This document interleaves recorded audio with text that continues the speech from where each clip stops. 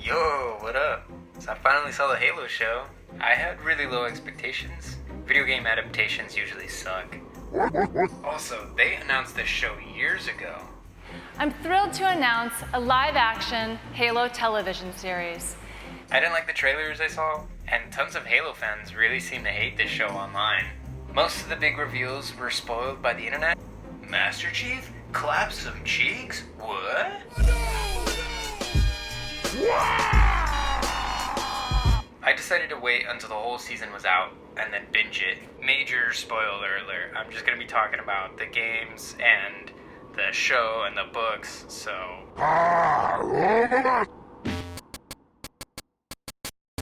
The Halo show is super sick. It's got deep game lore. The changes they made to the game's lore don't betray the source material. They make the story feel new and a little bit more exciting. I know where the story is supposed to go, but the journey getting there has been redesigned.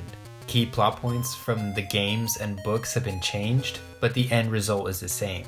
Chief and company retrieve an ancient Forerunner artifact. The artifact contains a map to the Halo Ray. New Silver Team Spartans have been added to replace the lesser-known Blue Team Spartans from the books, allowing the showrunners more creative freedom when writing these new scenarios. They established the importance of Planet Reach as the human command center, and my prediction is that they're going to spend the next season adapting the Fall of Reach, which would be awesome because there's so much to draw from. That is not Quan related. I loved seeing these characters brought to life like this. The sci-fi elements were weird and memorable. Good sci-fi is weird, thought-provoking, and it sticks with you. The action scenes were brief but exciting because they carried narrative weight behind them. I'm invested in these characters. The show does a pretty good job of world building and establishing believable characters. The visuals were pretty convincing throughout. Some of the CGI was noticeable, but I never felt pulled out, and when the action scenes were happening, they were exciting and they were cool and they were fun. The finale featured a spectacular looking Sanghili homeworld with this stone temple on a cliff surrounded by clouds. It looked really beautiful. No one will remember you. I felt the writing was pretty solid and fairly witty. There's some genuine humor in there. I wonder if all that gun grease in your hair didn't seep down into your brain, asking me dumbass questions like that. So I'm going to talk about factions real quick. Not all the outer colonies wanted to join the United Nations Space Command. Those who resisted were destroyed, similar to real-world US imperialism and the destruction of indigenous peoples. This idea of conform or be destroyed. In the books, the Spartans were created by Dr. Halsey and the UNSC to wipe out rebel insurgents and terrorists. It's dark and very evil Empire-esque. In the games, the UNSC seem like the good guys on the surface because, you're fighting for them and you're fighting against the aliens to protect Earth and to protect the human species. But there's this layer of propaganda that covers these nasty war secrets and wicked, sinful things done, all in the name of a righteous cause. Speak softly and carry a big stick.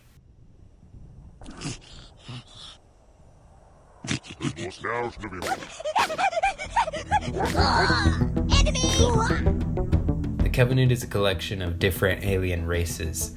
They worship ancient aliens called the Forerunners. The Covenant are basically space crusaders on a holy war to cleanse the galaxy of human infidels. Your destruction is the will of the gods, and we are their instrument. The Covenant was terrifying and brutal. It was shocking when Quan's about to trip out with her friends, and then her friend's head just explodes, and blood splatters all over Quan's face. It was gnarly, it was graphic. Really captured just how terrifying it would be if you were just a regular ass civilian and the Covenant came down and started your shit up. That would be terrifying, and they did a really good job of distilling that fear and putting it into the show.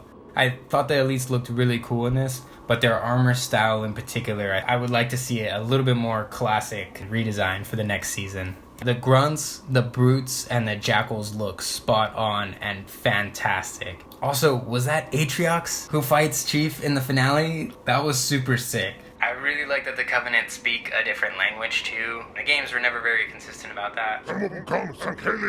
High Charity was featured a couple times. It's the Covenant Holy City, the capital city. And the visuals were stellar. I love that they are incorporating the prophets and kind of this deeper lore like so early on in the series. I think that's really important. Did y'all catch that Forerunner Dreadnought in the background? That's straight out of Halo 2. The Prophet of Mercy seems to be the head honcho at this point. I thought it was fitting that Mercy would have a pet human that he considers critical to the great journey. The Forerunners were an ancient and highly advanced alien civilization that disappeared. They left all these artifacts across the galaxy, and the Covenant worshipped these artifacts. I shall light this holy ring, release its cleansing flame, and burn a path into the divine beyond. Dr. Halsey was fantastic. She's not evil. She has logical reasoning for all the horrible things she does to the Spartan children. Morality is irrelevant. For her, the ends justify the means, and progress is paramount. A notable change from the game's canon, it makes sense to me that Halsey would wipe the Spartans' memories and mute their emotions with hormonal pellets. Someone as smart as Dr. Halsey would have tons of fail-safes to protect her from the Spartans if they ever decided to turn on her. And John actually freaks out, she has to freeze him. That Dr. Halsey clone fake out in the finale perfectly exemplifies her genius and cunning. Halo fans don't seem to like this depiction of the Master Chief. I've seen people make comparisons to The Mandalorian, saying Chief should have been written more like Mando and never take off his helmet. Personally, I like this version of Master Chief. He feels like a real person. He's conflicted about following orders, especially like to execute a teenager. Would you let a kid be executed? No, Why not? because it's wrong. That's what I was thinking. And he wants to uncover these mysterious visions that he's seeing, the mysteries of his past. The look on Chief's face when he realizes Dr. Halsey lied and kidnapped him says it all. It's great acting. We see him overcome years of indoctrination and programming.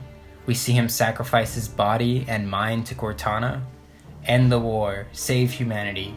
Chief's final sacrifice perfectly encapsulates the core of his character. Wake me when you need me. It's fitting that Master Chief becomes the empty shell, the silent husk that the player takes control of in the game. That's who Chief becomes by the end of Season 1. Cortana was in the show just the right amount. She looked a little strange at first, but I got used to it. It was very strange watching her just watch everything, but also very genuine. I like that Chief doesn't initially like Cortana very much. AI off. I'm introducing myself to the rest of the team. Go disappear. It just wouldn't be Cortana without Jen Taylor's voice. What does it mean for you to be going into the premiere of Halo, a game that you started working on day one? It's overwhelming. It is exciting and overwhelming, and to see this happen and come to fruition is a dream. Kai was a standout with her colorful acts of rebellion. She's kind of a mix of Kelly and Linda from the books. That scene where she's pulling up the Warthog with all the Marines cheering her on, that made me laugh really hard. I thought that was a great scene and a great example of show, don't tell. What's my real name? Is that a nod to Linda from the books? Soren is kind of a Han Solo type. They wrote his character a little awkwardly at first, but by the conclusion, Soren and Quan had a banterful dynamic, and I like that actor. Now I'm gonna go ahead and guess the boys are an 11 and not a 2, which would make them toddlers. Quan saw everyone she loved get brutally murdered in front of her. Super gnarly. Quan was kind of annoying, angsty teenager type. While her story is definitely not as interesting, I like that it at least adds a face to the insurrectionists that rebelled against the UNSC. Makee was kind of weird, but she had an interesting backstory. Having been abused and beaten by humans as a child in what looks like a horrible child labor camp, Makee is rescued by some righteous-looking Covenant elites. She is deemed the Blessed One, a human with a genetic mutation that allows her to activate ancient Forerunner artifacts. This is one of the notable changes from the game's storyline. As I recall, like, any human could activate Forerunner technology in the games. Humans were sort of the children of the Forerunners. The pain inflicted on her at such a young age gives her a compelling reason to want to wipe out humanity. I thought it was cool that Makee speaks fluent Sangheili. That's the Covenant's main language.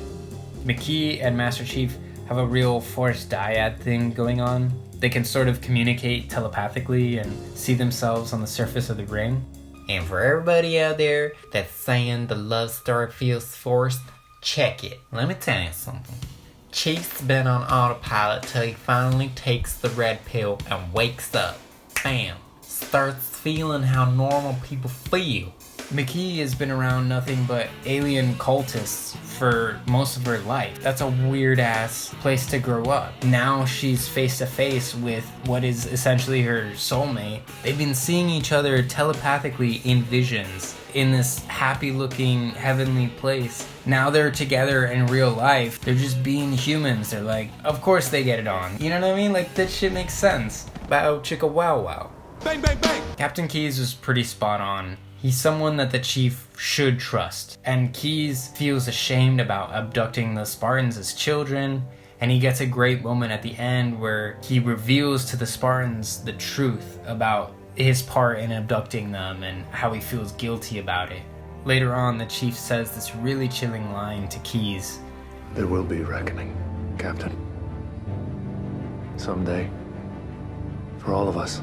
Miranda Keyes was cool, and I'm glad that she played an important role in the first season. In the games, she's the commander of the ship in Amberclad. She's kind of like in your head, telling you where to go and what to do. Here, she's a scientist studying alien technology, which kind of brings her into direct conflict with her mother, Dr. Halsey. There's a rivalry between mother and daughter. You see they're both really passionate about the things that they are researching. I'm glad they spent a good amount of time showing that father-daughter relationship between Jacob and Miranda Keyes. I also really like that Miranda is the one trying to decipher the Covenant language. This is something that the games are never really consistent with.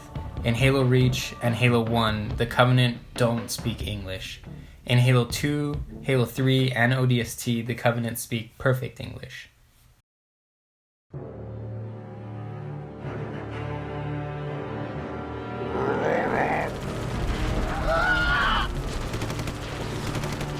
I would love to see the Fall of Reach adapted in this show for the next season as like this epic tragedy, kind of horrific, apocalyptic event. That clip where they're like, this is what's left of Criterion, and it's just this melted wasteland, like that looked terrifying. I'd like to hear more classic Halo music from the games in the show. I'd also like to see more on the upbringing of the Spartan children. Maybe them learning military lessons with the Deja AI, training operations with Chief Mendez, maybe their first mission assassinating the rebel insurgents. Seeing the Spartans test out Murnau armor for the first time would be pretty cool, like a Mark V variant. And then Season 2 should end with the Pillar of Autumn coming out of split space, overlooking the Alpha Halo with the Covenant Armada ready to greet them. Overall, I'd give it a 10 out of 12. I really love this show. Seeing these characters brought to life like this, it's awesome. I'm surprised that so many Halo fans seem to be hating on this show because they stayed true to the source material. I think they did a really good job of changing certain things that don't affect the overall lore in any significant way. Like, all paths still lead to like the same road. And the changes they made to the game's storyline make this new story a bit more interesting for me because I don't know exactly what's going to happen next.